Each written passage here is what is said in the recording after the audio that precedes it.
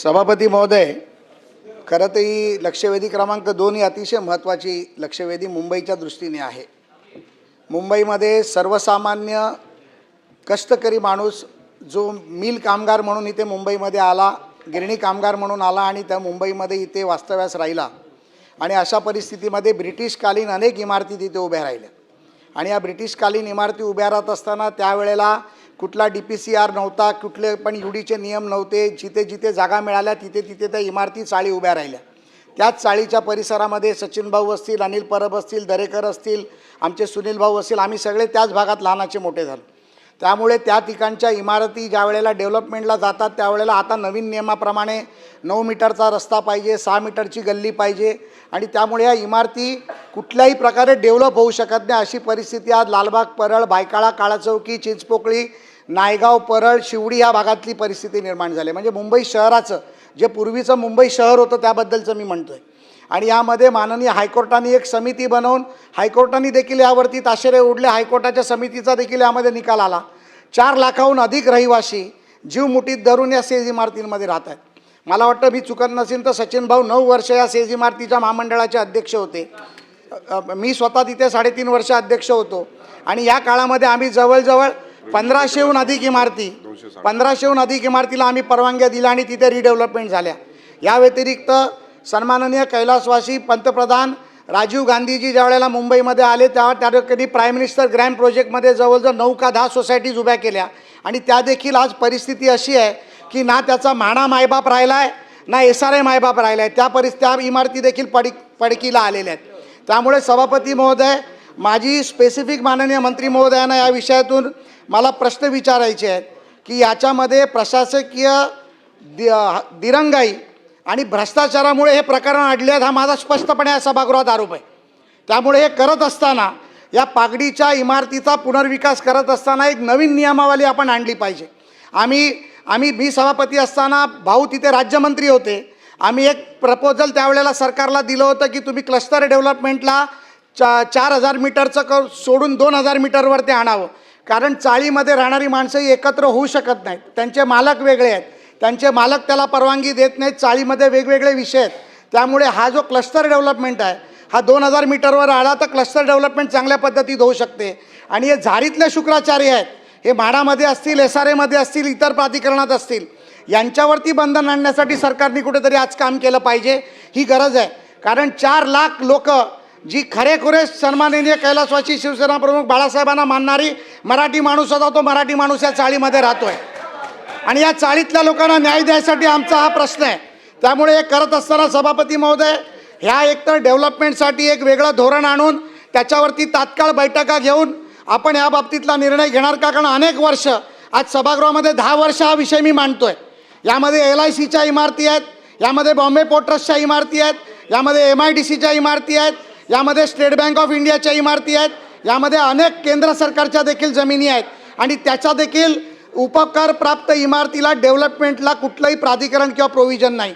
तर माझा पहिला प्रश्न असा आहे की ज्या केंद्र सरकारच्या ज्या जमिनी आहेत त्याच्यासाठी राज्य सरकार केंद्र सरकारशी सल्लामसलत करून याच्या डेव्हलपमेंटची प्रोव्हिजनसाठी प्रोसिजरची परवानगी घेणार का?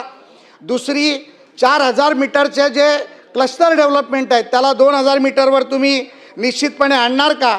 आणि यामध्ये काळबादेवीमध्ये पगडीच्या ज्या सिस्टीमच्या ज्या बिल्डिंग आहेत त्यामध्ये अनेक लोकांनी केमिकलची दुकानं टाकली आहेत, त्याच्यामध्ये केमिकलच्या प्रोसिजिंग युनिट टाकलेले आहेत, ज्यामध्ये खाली दुकानांमध्ये केमिकलचे कारखाने चालतात आणि वरती गोरगरीब मराठी माणूस राहतो। तर याच्यावर देखील कमर्शियलायझेशन, अनधिकृत कमर्शियल उपयोग करता याच्यावरती कुठेतरी कारवाई होणार का? आणि या सेज इमारतीला कलम 79A अंतर्गत म्हाडाने बजावलेल्या 935 नोटिसापैकी किती प्रकरणामध्ये प्रत्यक्ष पुनर्विकासाची प्रक्रिया सुरू झाली याचं उत्तर देणार का? आणि हे प्रकरण जे रखडलेली आहेत ही रखडलेली प्रकरणं तुम्ही किती दिवसात मार्गी लावणार याबद्दल माननीय मंत्री महोदय उत्तर देणार का? सन्माननीय सभापती महोदय, सन्माननीय सदस्य प्रसाद लाड साहेबांनी या पागडी इमारतींच्या पुनर्विकासाच्या संदर्भामध्ये एक महत्त्वाची लक्षवेधी या ठिकाणी उपस्थित केली आणि काही प्रश्न देखील या ठिकाणी त्यांनी आता उपस्थित केले। सन्माननीय सभापती महोदय, 79A मध्ये जी सुधारणा आदरणीय एकनाथजी शिंदेसाहेब मुख्यमंत्री असताना पहिल्यांदा या ठिकाणी आपण केली, ती अशी केली. पहिली संधी सन्माननीय सभापती महोदय आपण मालकांना दिली. दुसरी संधी आपण भाडेकरूंना किंवा त्या भाडेकरूंच्या संस्थांना दिली. आणि तिसरा ऑप्शन आपण म्हाडाचा ठेवला. आणि यामुळं मोठ्या प्रमाणामध्ये जसं आता प्रसाद लाड साहेब म्हणाले, जवळपास 4 लाख लोक राहतात आणि एकूण इमारती जवळपास 12,552 आहेत. आणि जेव्हा आपण हा 79A केला, नवीन ॲडिशन केलं 2 डिसेंबर 2022ला, सन्माननीय अध्यक्ष महोदय 935 लोकांना या पद्धतीनं पुनर्विकासासाठीच्या म्हणून आपण या ठिकाणी नोटिसा बजावून प्रक्रियेला सुरुवात केली. आणि पहिल्यांदा 3 महिने नाही भाडेकरूंनी केलं तर त्यांचा सहकारी मालकाने केलं तर भाडेकरूंनी संस्थांनी किंवा त्यांच्या संघाने नाही केलं तर म्हाडा स्वतःहून पुढे येईल आणि ते रिडेव्हलपमेंटचा प्रस्ताव या ठिकाणी तो पूर्ण करेल. पण सन्माननीय अध्यक्ष महोदय, काही मालक हे या संदर्भामध्ये 34,701/2024 आणि 477/2025 या मॅटरप्रमाणे या रिट पिटिशनप्रमाणे त्यांनी हायकोर्टमध्ये गेले. आणि हायकोर्टने आता 79A याला आता स्थगिती दिलेली आहे.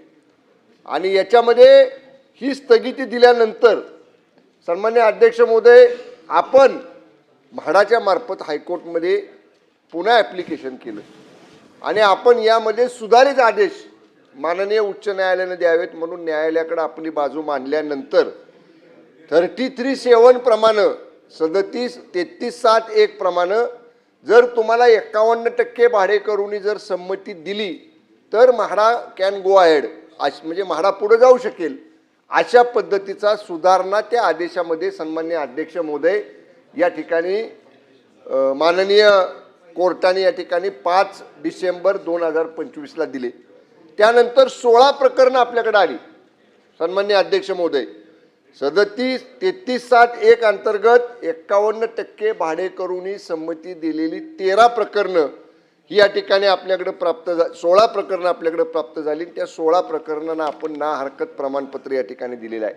पण दरम्यानच्या काळात 79A याच्यामध्ये जो स्थगिती आदेश हायकोर्टाने दिलेला आहे, तो स्थगिती आदेश उठवण्याकरता आपण सुप्रीम कोर्टामध्ये सुद्धा या ठिकाणी म्हाडामार्फत या ठिकाणी आपण गेलेलो आहे.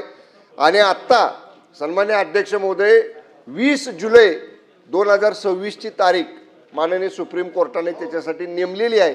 आपण सन्माननीय अध्यक्ष महोदय महाअभियोक्ता तुषार मेहता साहेबांना विनंती केलेली आहे आणि त्यांनी राज्य सरकारची बाजू तिथं मांडावी.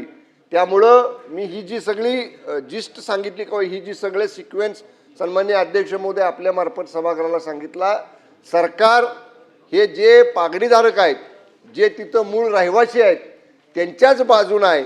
सरकार त्यांना पक्की घरं, सुरक्षित घरं ही मिळाली पाहिजेत म्हणून करता जो सगळ्यात ह्याचा गाभा आहे तो 79A हा आदरणीय एकनाथजी शिंदेसाहेब मुख्यमंत्री असताना पहिल्यांदा या ठिकाणी आपण आणला, जो भाडेकरूंच्या रहिवाशांच्या बाजूचा आहे. आणि तो जो आता या ठिकाणी कोर्टामध्ये प्रलंबित आहे, सुप्रीम कोर्टामध्ये सुद्धा प्रभावी बाजू मांडून आपल्या बाजूनं सुप्रीम कोर्टानं हायकोर्टात दिलेला आदेश या ठिकाणी तो रद्द करून सुधारित आदेश द्यावा, यासाठी महाअभियोक्ता तुषार मेहता साहेबांच्या मार्फत येणाऱ्या तारखेला स्ट्रॉंगली अगदी जोरदारपणे राज्य सरकारची म्हाडाची बाजू कोर्टामध्ये आपण मांडू.